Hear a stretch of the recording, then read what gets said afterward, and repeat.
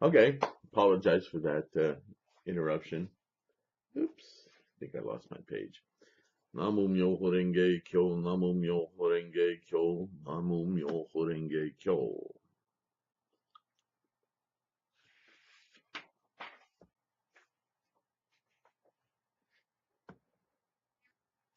He was asking, the Tathagata was asking the Bodhisattva.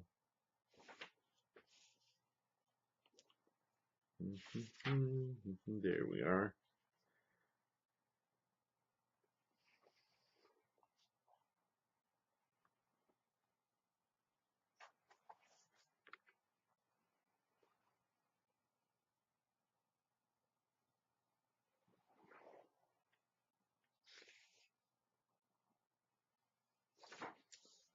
Gosh, I apologize.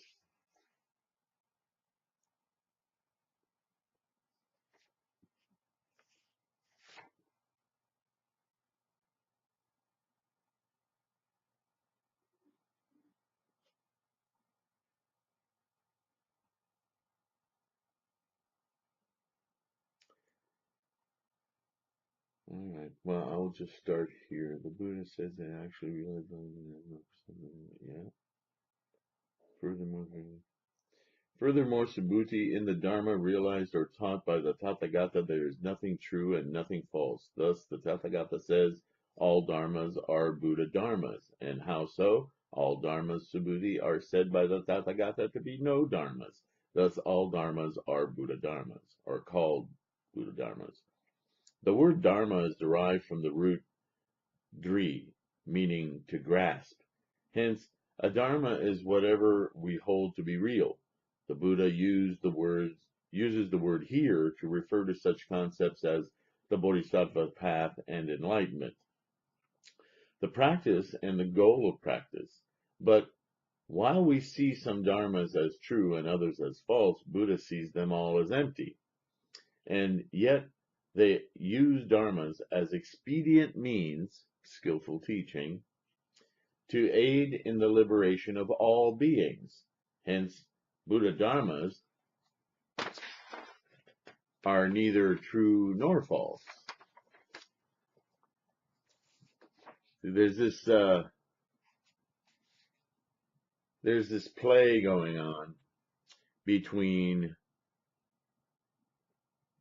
how we communicate as human beings, in other words, people with deluded minds, and what the truth is when we can get past all of that to our Buddha mind, which understands that none of this exists. Nothing is actually, the reality we claim as humans is not real. It's real to us in the sense that we're experiencing it. But if we can see beyond it, we understand that it is a delusion and not real. It says it's when words break down here is one perceptive reality, and the other is a transcendental past that reality. We don't really have language built to describe this, but we're circumlocuting it. So hopefully you're getting it.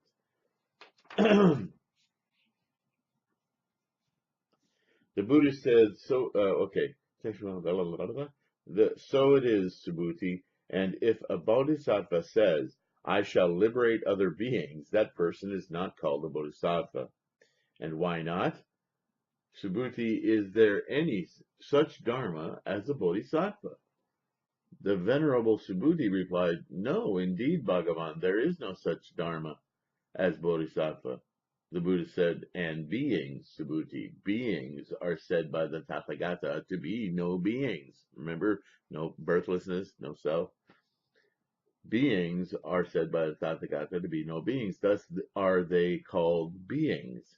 And thus does the Tathagata say, all dharmas have no self. All dharmas have no life, no individuality, and no soul.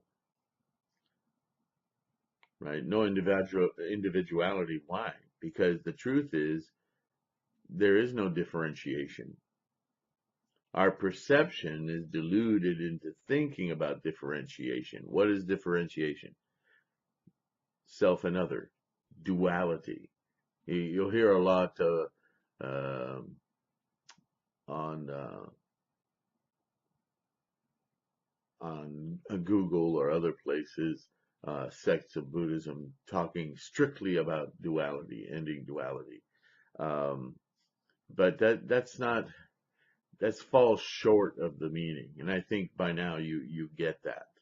Okay, Hui Neng said, Ning, if bodhisattvas say, because I teach the dharmas, I eliminate the passion of others, this is a dharma of individuality. If they say, I have liberated beings, this is to possess something. Although they liberate other beings, if they think about a subject or object and don't get rid of self and other, they can't be called bodhisattvas. Whereas, even if they zealously teach all sorts of expedients to help and liberate others, as long as their minds remain free of subject and object, they are bodhisattvas indeed. It's an interesting play on words there. They are bodhisattvas indeed. Think of that as two words, and it changes the meaning a bit. Subhuti, if a bodhisattva should thus claim, I shall bring about the transformation of a world, such a claim would be untrue. And how so? The transformation of a world, Subhuti, the transformation of a world is said by the Tathagata to be no transformation. Thus is it called the transformation of a world. This is one of the most puzzling concepts to Western students of Buddhism, but it is an essential part of every bodhisattva's repertoire of expedient skills. To liberate beings is to transform the world, and vice versa. To transform the world is to liberate beings. This conception of leading beings to a provisional, transformed spiritual state, where they are more easily liberated, became the basis of the Pure Land Buddhism, as well as Tantric Buddhism. But here, in the radical teachings of the perfection of wisdom, not only are beings not liberated, the world is not transformed by the Bodhisattva's act as a renunciation of self-sacrifice. For unlike Purusha, Bodhisattvas cannot find any self to sacrifice, much less a world to transform.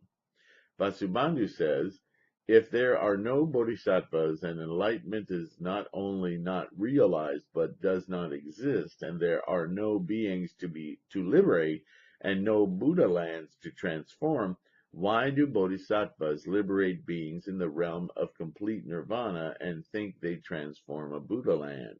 The following verses explain why. Asanga says, they don't perceive the Dharma realm, who liberate other beings or purify their world. Such views are upside down.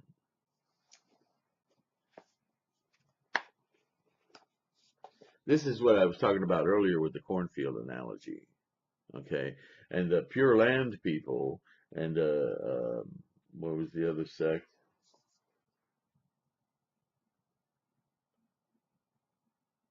And Tantric. I won't even talk about Tantric. Might as well do yoga. But the Pure Land people, like the ones who chant Amida Buddha, the Nembutsu, or the Pure Land sect itself, they want to put a physical reality to the Buddha mind. It could be a skillful means if it weren't such an important and end game to the way they practice Buddhism, because that's not the end game.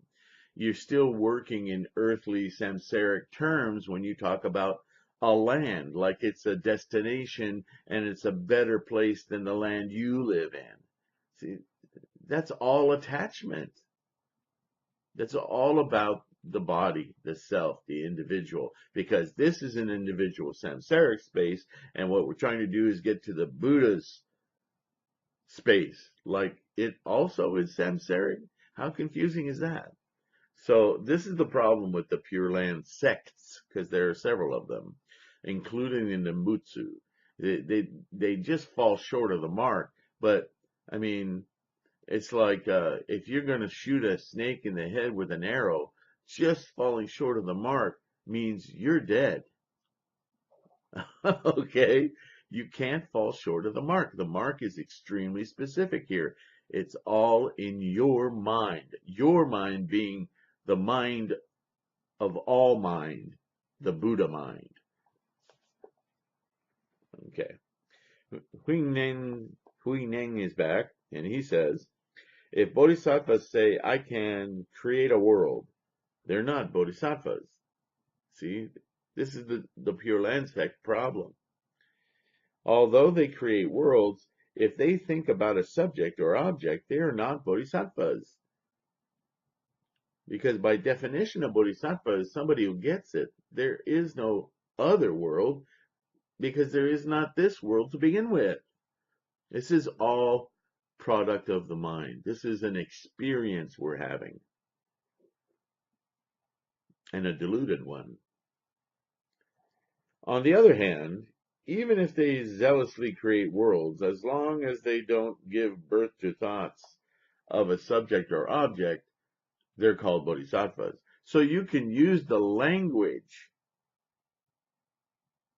of another land and all of these things, but it's extremely important to remember that this is just rhetorical to get people to learn how that statement falls apart as they learn more, as they grow their mind into the Buddha realm of their mind and let go of their deluded, samsaric, conditioned mind.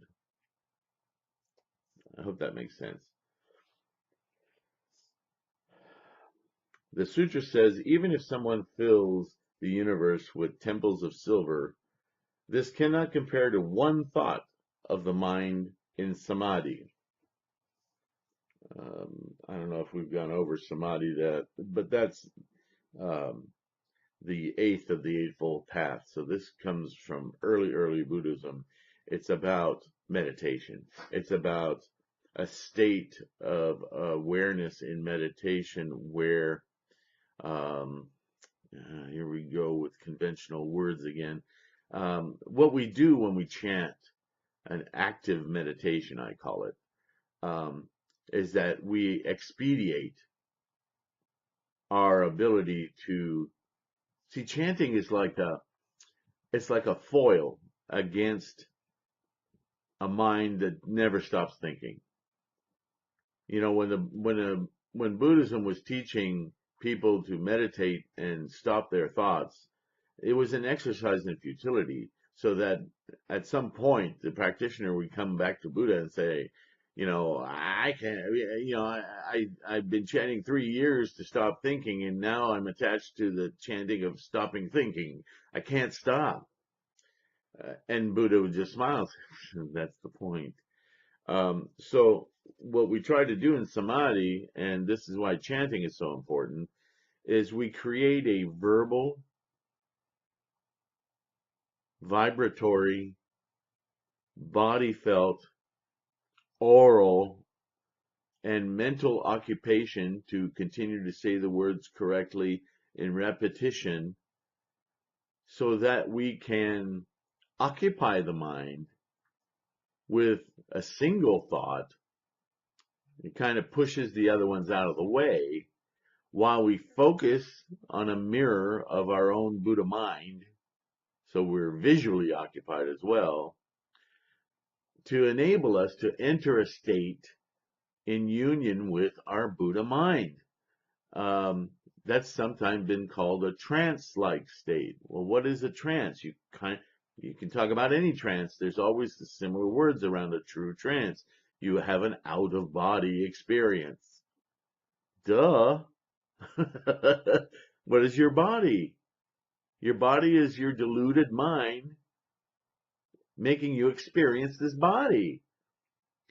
When you get in a really fundamental trance state, especially a trance state through invoking all of Buddha's teachings to open your relationship with your true nature, your Buddha mind, your body kind of just falls away from your perceptions. So it's a very efficacious way to say hello to our Buddha mind. And the more we can communicate with that Buddha mind, which tells us nothing,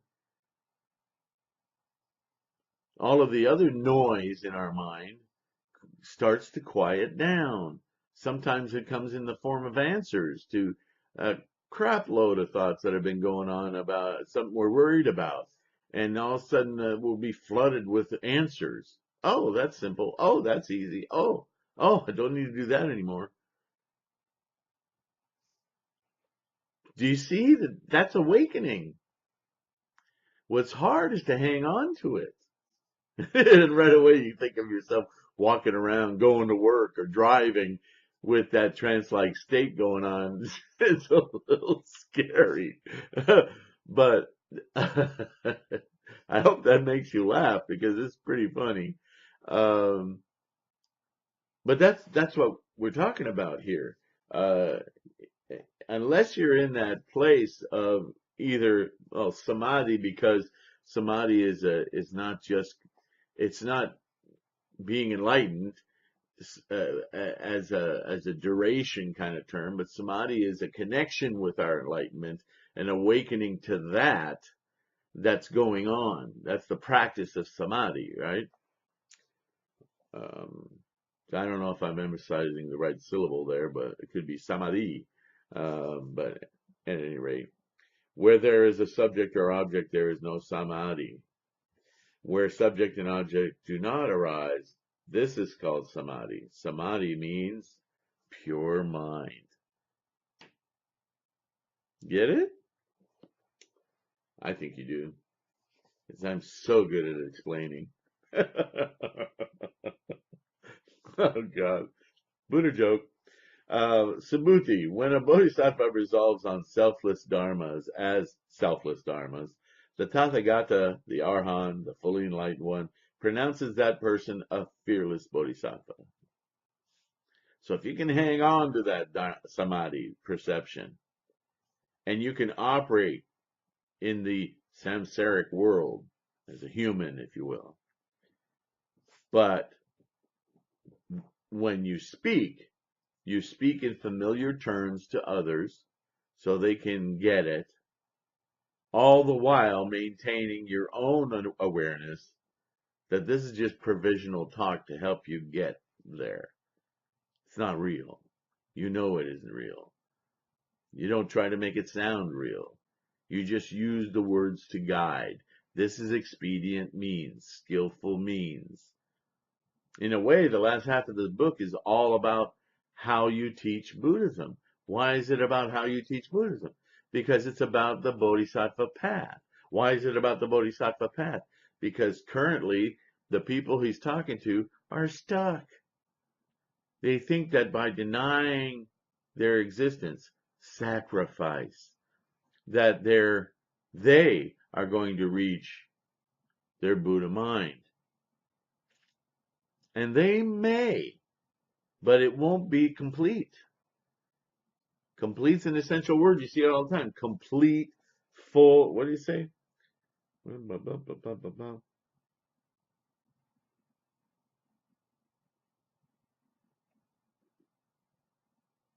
Fully enlightened, or complete enlightenment, I know I've read in here.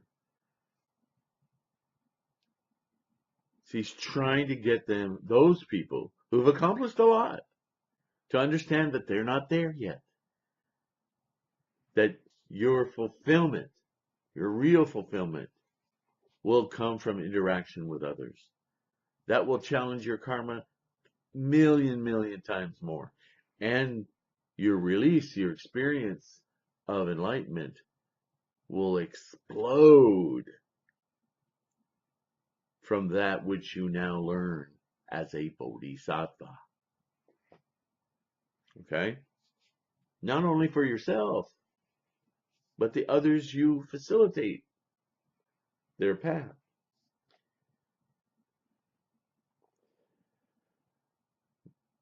The end is the beginning is the end. Bodhisattvas begin by not being attached to perceptions of self and end by not being attached to perceptions of self. The difference is, here's that duality again.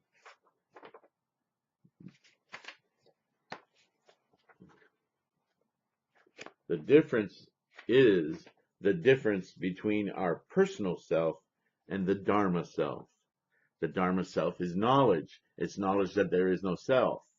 Dharma isn't some other thing either. And we spend a lot of time reading about that in here too. Dharma is no Dharma because it's an experience. There's nothing there to read or to achieve.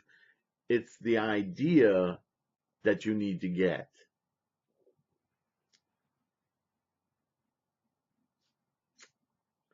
Because we imagine we have a self, all things to which we attribute reality must also have a self, or they would not be real. But on closer examination, our self turns out to be no self, and the self-nature of dharmas also turns out to be empty of any self. And yet, such selflessness is what constitutes a dharma. Only those who perceive such selflessness can be called bodhisattvas. Thus, the end is no beginning, and no beginning is the end. Vasubandhu says, if such views are upside down and those who hold them are not bodhisattvas, then who is a bodhisattva? One who believes that all dharmas are without any nature of their own. Asanga says, bodhisattvas begin and dharmas have no self. Oh, bodhisattvas beings and dharmas have no self. Dyslexia. Those who know and fathom this, saints are not, all are wise. Hui Neng says, not to be blocked by the form of any dharma is to understand. Not to think about understanding is what is meant by the absence of self. Those without a self, the Buddha says, are true bodhisattvas. Those who practice according to their capacity are also called bodhisattvas, but they are not yet true bodhisattvas. Only those who understand and practice are perfect and complete, and who have eliminated all thoughts of subject and object are called true bodhisattvas. So for instance, if you share what you heard here or share this video with somebody and you really want to talk about this and however you can, you're behaving as a bodhisattva. But you're not a true bodhisattva yet because you're still working on the path. But you're on the path. You're being a bodhisattva. You're being not just helpful. Being helpful is being a nice person. But being helpful in guiding people to the bodhisattva path, that's being a bodhisattva. Because you're bringing them to liberation, relief, the cancellation, if you will, of all pain and suffering that they might experience in this thing that we call life or lifetime. That's a non-perception, but people don't know that. They're living in there, as we are, in our deluded mind, in our experiential mind. Follow? All right, in the previous chapter, Subhuti repeated his initial set of questions, and the Buddha responded by telling him how bodhisattvas should stand and walk. In this chapter, he tells Subhuti how they should control their thoughts, which they do by transforming their thoughts into Buddha dharmas, which they do by perceiving the selflessness of all dharmas. This is the practice of upaya, or skillful means. There it is again. But if bodhisattvas are to transform their thoughts, they first need to find their thoughts. Hence, the Buddha summons the concept of 5 eyes, which takes this teaching beyond the limited cultivation of emptiness and personal salvation characteristic of Charvaka practitioners. Charvakas are the world of learning and realization, the 7th and 8th of the 10 worlds. and firmly the goal of Hinayana Buddhism, such as Subhuti. For while Subhuti has acquired the first three of these eyes, he had no experience of the last two that see beyond the nihilism of emptiness to the compassionate awareness and liberation of other beings, and by means of which Dipankara was able to see Sumeda's future Buddhahood. The Buddha also mentions these eyes to remind Subhuti that bodhisattvas work in many dimensions and use countless means to liberate countless beings. This is what the Buddha means by Buddha Dharmas. And this is also what he means by resolving on selfless dharmas. Seeing that all dharmas are empty and without any self-nature is not enough. The only way bodhisattvas can liberate other beings is by making use of the very selfless dharmas to which beings are attached. Thus, the Buddha introduces us to the Dharma eye and the Buddha eye. But now you can tell these are mental perceptions, right? They're not actual eyes. Vasubandhu says, again the doubt arises, as it was previously said that bodhisattvas see no beings, that bodhisattvas are those who see no self and do not see pure Buddha lands, and that those who do not see any dharmas are called Buddhas. Someone might think Buddhas and Tathagatas do not see any dharmas. To resolve this doubt, the sutra brings up the five eyes. Asanga says, although they see no dharmas, it is not because they have no eyes. Buddhas use five kinds of truth to see our misconceptions. Vasubandhu comments, but what isn't a misconception? To answer this problem, the Buddha first uses a metaphor. Chao Ming titles this One Body, One Vision. Hu Ning says one eye includes five eyes. One grain of sand includes all the sands of the Ganges. One world includes myriad worlds. One thought includes a multitude of thoughts. Thus follows a section on one body with one vision. Te Ching says if bodhisattvas don't see any beings they can liberate, and there are no lands they can purify, what then do Tathagatas need five eyes for? The eyes are for knowing the thoughts of beings. However, the five eyes do not really exist. That's what I just said.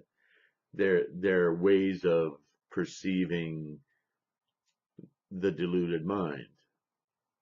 The Buddha said, Subhuti, what do you think? Does the Tathagata possess a physical ear or eye?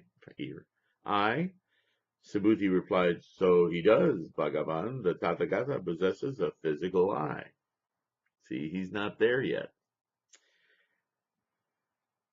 The Mansa Kakshus, physical eye, perceives objects in the realm of desire, but it only perceives their external aspect and cannot penetrate something as thin as a piece of paper, much less such things as walls or mountains. While most humans are born with physical eyes and employ them in the satisfaction of their desires, bodhisattvas use theirs to behold the realm within which they liberate other beings, which can be anywhere from 100 miles to a billion worlds across. Such is a bodhisattva's physical eye when purified of the concepts of self, being, life, and soul. The Buddha begins with the physical eye to remind Subhuti that the Tathagata shares the same kind of body as humans, and that they too can acquire the remaining four eyes that culminate with the Buddha eye. Why? Of course, he has the same kind of body as humans, because he's in our mind. He is our mind.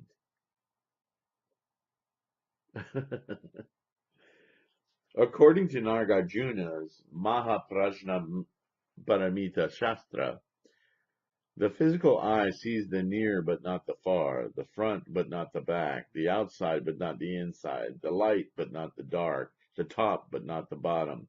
Because it is obstructed, a bodhisattva seeks the divine eye. The Buddha said, Subhuti, what do you think? Does the Tathagata possess a divine eye? Subhuti replied, so he does, Bhagavan. The Tathagata possesses a divine eye. The Buddha said, Subhuti, what do you think? Does the Tathagata possess a prajna eye? Subhuti replied, so he does, Bhagavan. The Tathagata possesses a prajna eye. This would be the, according to the Mahaprajna Paramita Shastra, Nagarjuna, one of my favorite scholars. The divine eye sees both the near and the far, the front and the back, the outside, the inside, the light, the dark, the top, the bottom, all without obstruction. But the divine eye sees only those provisionally named things that result from the combination of causes and conditions, and not their true appearance, not their emptiness or their formlessness, their non-existence, their birthlessness or their deathlessness.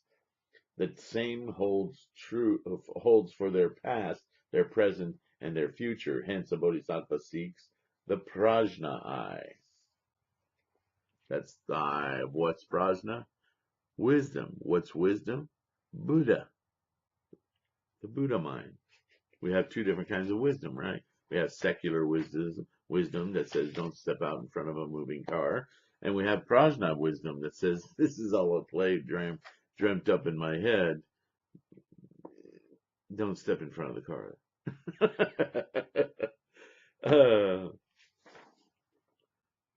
The prajna eye perceives objects in the realm of formlessness.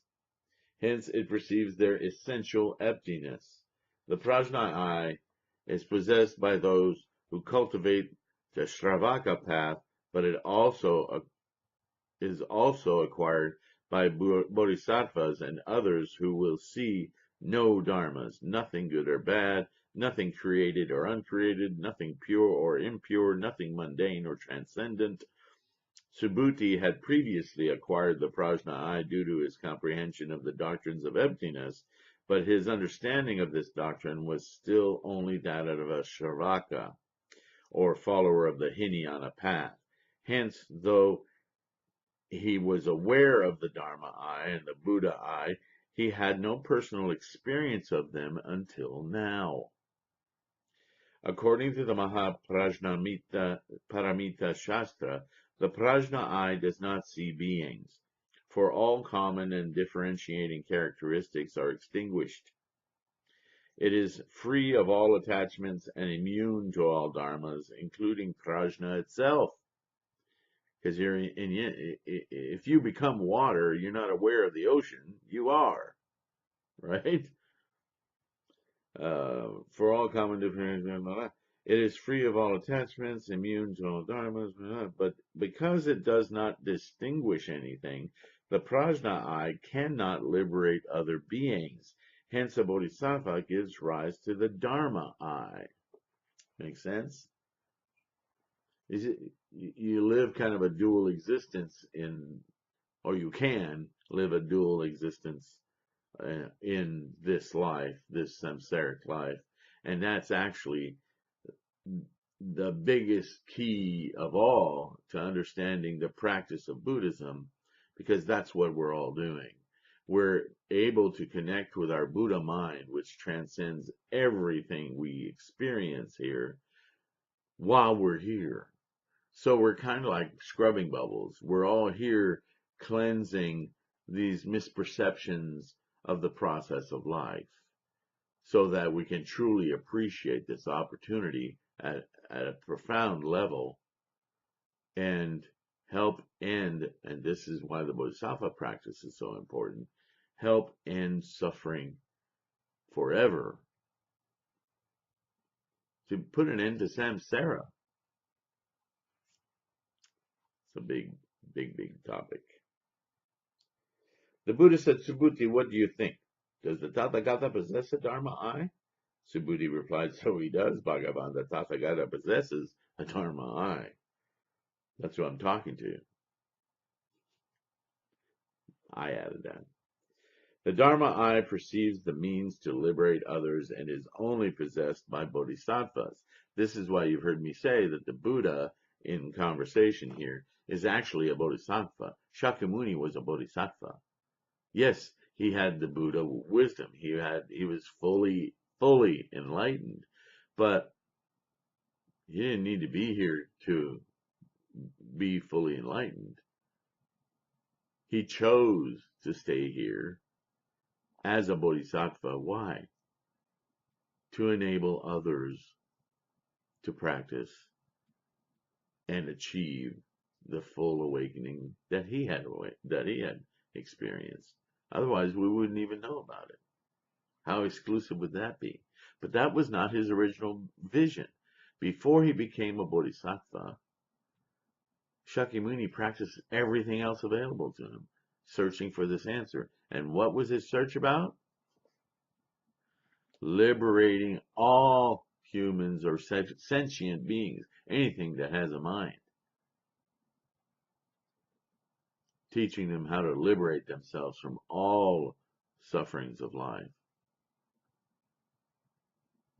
And you got two ways to do that. Blow your head off and die, or the other way, see only the miraculous beauty and preciousness of this opportunity.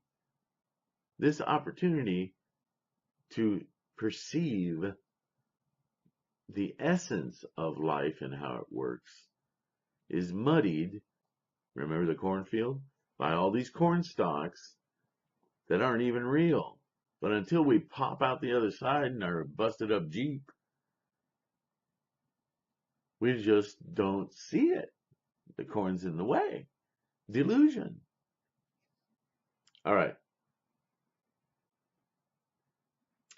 According to the Mahaprajnaparamita Shastra, again Nagarjuna, the Dharma eye enables a bodhisattva to cultivate a Dharma and to realize a path, as well as to know the expedient means by which other beings can do so. The Dharma eye, however, is not omniscient in its awareness of the expedient means for liberating beings. Hence, a bodhisattva seeks the Buddha eye. The Buddha said, Subhuti, what do you think? Does the Tathagata have a Buddha eye? Subhuti replies, so he does, Bhagavan. The Tathagata possesses the Buddha eye. The Buddha eye sees everything, including whatever is seen by the other four eyes. Again, there's a tendency in the language here to see things as physically real.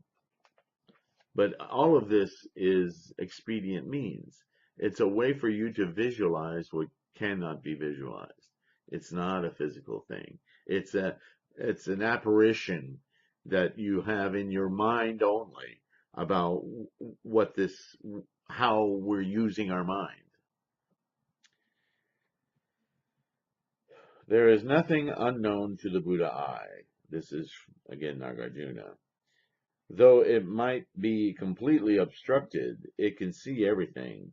What to others is distant to a Buddha is near. What to others is dark to a Buddha is bright. What to others is confused to a Buddha is distinct. What to others is fine to a Buddha is coarse. What to others is profound to a Buddha is shallow. There is nothing of which the Buddha eye does not learn, nothing it does not see, nothing it does not know, nothing that is difficult, and yet nothing that is perceived. The Buddha eye shines forever upon all dharmas. Now that's interesting, because in that quote you could see how his terminology floated between the Buddha eye and the Buddha itself. Why? Because these are aspects of the Buddha mind. Okay? It's how the mind can be used. Huineng says all mortals have 5 eyes. But because we're obstructed by delusions we ourselves can't see. Thus the Buddha teaches us that when we get rid of deluded thoughts, the 5 eyes become clear. Once again, it's about going through that cornfield. Do you remember that analogy I made? I'm kind of liking it. Driving your Jeep as fast as you can through just real tall cornfield, and it's all smacking you around and breaking the windshield and the headlights and so on. Well, that's what we're experiencing in our deluded mind. When we get that out of the way, we get through it, pop out the other side, that's enlightenment. It just happened. A moment ago, we couldn't even perceive we were moving. It was just bombardment from these corn stalks. And as soon as they disappeared, boom, beautiful open space. Just, okay. That's why it's called enlightenment. That's why it's called awakening. All right. Let's move on. Chapter 20, Subhuti, what do you think? Can the Tathagata be seen by means of the perfect development of the physical body? Do I need to read that whole thing? Of course not. He's not a physical body. The Buddha, I've done that before, haven't I? The Buddha now uses his Buddha eye, which alone perceives his complete body of merit, his Sambhogakaya. Like all bodies of merit, it too depends on the gift. In the previous chapter, we heard that the gift of enough jewels to fill the billion worlds of the universe results in a body of merit that does not exist. But not only is this true for those who give material goods, this is also true for those who give this teaching. And yet this teaching gives rise to liberation, while the gift of material goods does not. Thus, this gift results in a body of merit that is both non-existent and existent, but whose non-existence and existence are apparent only to the Buddha eye, which alone sees beyond the duality of non-existence and existence. The reason the Buddha now speaks of his reward body is because he is concerned that those who practice this teaching might become attached to such a body and see it as some sort of higher self. Thus, Zen masters recommend when you meet the Buddha, kill the Buddha. Chao Ming titles this Transcending Form, Transcending Appearance. So if you wondered where that lovely little statement came, it was used in a very popular book. If you're walking down the street and run into somebody calling themselves the Buddha, kill them. It's not about killing a human, but Zen, I don't know. You understand by now, Buddha is a mental perception, or space to perceive from, more accurately.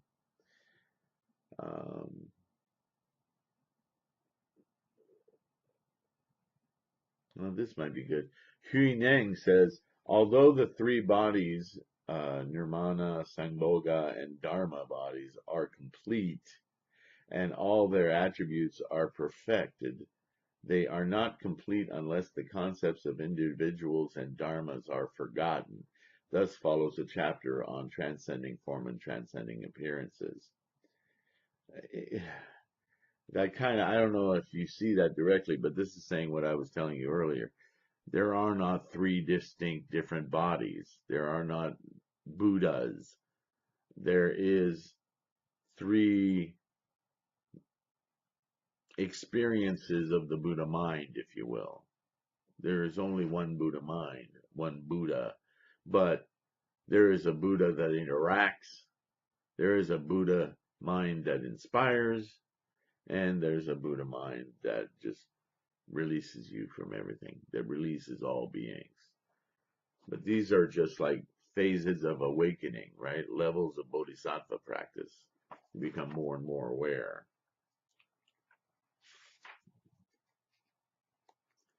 I'm afraid I'm not going to be able to finish this, and I'm going to have to continue it. But there's so much good information in here. I don't want to skip it. Tei Ching says, having heard that the Buddha has no visible form, Subhuti naturally wonders if the Buddha has no body or attributes, Who is it then who teaches this Dharma? Who am I talking to? The Buddha answers this by saying that nothing is taught. The Buddha said, Subhuti, what do you think? Does it occur to the Tathagata, I teach Dharma? A number of commentators compare the Dharma taught by the Buddha to a mirror, which reflects without any intention to do so, and without any attachment to what it reflects. This, they say, is how the Buddha teaches without teaching. It's pretty good. But if you understand that Buddha is your mind at work, then that makes sense in another way. But I like the mirror analogy because it reflects yourself, right? I mean, this is the whole device of the Gohonzon, that it's not a picture of something else. It's a perfect mirror of what your enlightenment looks like. And your enlightenment in a Gohonzon looks like all of Buddha's teachings, including the ultimate Mahayana teachings. See how that works? The Vimalakirti Sutra says, those who truly teach a Dharma teach nothing and explain nothing, and those who hear a Dharma hear nothing and understand nothing. They know that all Dharmas are completely empty, and that all names and words are provisional and based essentially on emptiness. All words, teachings, and dharmas are without form or conditions and lead deluded people to see their own nature and to cultivate and realize supreme enlightenment.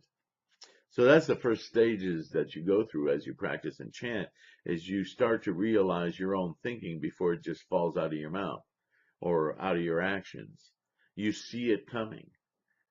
You may already do that, but this will extend that and ability so that you can actually intervene. So when you're thinking about saying something, you're not only thinking about saying it, but you see yourself thinking about saying it. And that is when you can stop yourself and go, I should say that a different way. And because you're practicing Buddhism, not only will you say it in a different way, because you may think that way already, but you're trying to manipulate what you're trying to say. If you manipulate towards saying it in a beneficial way to others to help lead them to the Bodhisattva path in their own lives, well, that's a big change in how we think about editing ourselves. And that's the beginning of realizing how our minds work and how we develop patterns, habits, karma. Li Wenhui says, his mind is pure. Whether speaking or silent, he is always truthful. When conditions arise, he acts. When conditions end, he rests. Upon hearing this, the Venerable Subhuti asked the Buddha, Bhagavan, will there be any beings in the future? In the final epoch? In the final period? In the final 500 years of the Dharma ending age? Who will hear a Dharma such as this and believe it? That's you and me, guys. This is Subhuti's refrain whenever he reflects on the profundity of this teaching. In this case, the emptiness of the teaching itself. Subhuti wonders how such a teaching can possibly be understood by humans as their spiritual insight declines in the Dharma ending age. Greed, anger, stupidity, that's what dominates our age, right? But such a question is rooted in a misconception of the nature of this teaching as being constrained by the boundaries of time. Another evidence of his attachment to self. He's still having a problem. Te Ching says, because Subhuti's conception of life and death has not yet ended, there it is, what I just said, he gives birth to the notion of future beings. The Buddha answers that beings are essentially real and one with the Dharma. How could they have any future appearance? Yeesh. The Buddha said, this is entertaining, if nothing else. The Buddha said, neither beings, Subhuti, nor no beings. And how so? Beings, Subhuti beings are all spoken of by the Tathagata Subhuti as no beings. Thus, they are called beings. This sutra has advanced since chapter 6. When Subhuti asked the same question, and the Buddha said there would be indeed such beings. As the Buddha now returns to the resolution that began this sutra, the resolution to liberate all beings, he now examines beings in the same light as the teaching by means of which he liberates them, namely, with his Buddha eye. Just as the teaching is no teaching, so too are beings no beings. If beings were teachings, bodhisattvas could not avoid creating the perception of a being and becoming attached to beings. Also, if bodhisattvas were beings, they would not become Buddhas. It is because they are free of the perception of being that bodhisattvas become Buddhas and liberate all beings. So it kind of implies that we're just like replaying a tape all the time, doesn't it? Just over and over and over and over. Vasubandhu says, again, a doubt arises if we say Buddhas teach no dharmas and do not exist apart from their dharma body. Who can possibly believe such a dharma? Asanga says, teaching and teacher are both profound. How could no one not believe? Such beings are not beings, and sages are not sages. Vasubandhu comments, if somebody believes this sutra, they are not beings, nor are they not beings. They are not beings because they are not ordinary beings and do not possess the body of sages. But because they are beings who do not possess the body of sages, they think they possess the body of sages. Thus the Buddha says no beings are beings. Tao Chuan says, among beings there are sages and ordinary beings. Ordinary beings are unable to believe in prajna. Only beings with the body of a sage can believe and understand it. They are not beings because they are not ordinary beings. Neither are they not beings, nor are they not beings with the body of a sage. Beings with the body of a sage are those who have the capacity for the Mahayana. How can they be seen as ordinary mortals and incapable of belief? Fire is hot, the wind moves, water is wet, the earth is solid. My song goes, how can a deer turn into a stallion? And who says a crow is a high-flying eagle? Still, they aren't the least bit different, horses and donkeys and how many others. Sheng Yi says beings don't actually come into being, but are a combination of the 5 skandhas. Remember, we spoke about the skandhas, energies combining to push manifesting this experience. We just give them the name beings, but the name is actually empty because beings are empty. They are not beings. Beings don't come into being. They arise from causes. Motive energy, motive force, what is also sometimes called chi. Causes, from evil causes arise beings of the 3 evil paths. From good causes arise beings of the 3 good paths. From lesser path causes arise beings who are Shravakas and Pratyakamudas, learning and realization. From selfless causes arise beings whose minds are set on the Mahayana, and from the causes of compassion, kindness, renunciation, and joy arise beings who are without peer, but beings do not come into being. All beings come into being according to causes, thus they are called beings. If beings could exist and give birth to being, this would be like producing a head from a top of one's head. It would never end. Hyun Lien says, the Buddha says there are no beings because they all possess the same true nature and have the same source as the Buddha. Thus, he says, they are not beings. And he says they are not beings because they turn their backs on the truth and chase the false and forsake their own spirit. Tao Yuan says, by means of such belief, they are already different from ordinary beings, but their current karmic situation is that of a being. Hence, they are neither beings nor not beings. I don't think I have much to add to that.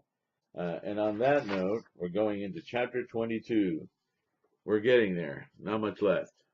But I'm going to stop here, and I'm going to meditate on this some more and introduce a part 5. Namum Myoho Renge Kyo, Namum Myoho Renge Kyo, Namum Myoho Renge Kyo. Thank you so much. This is wonderful for me. I thank you for listening. Please make comments. I also have a Patreon account. If you want to support me a little bit there, it would truly, truly help. I appreciate all of you, and I'll see you next time.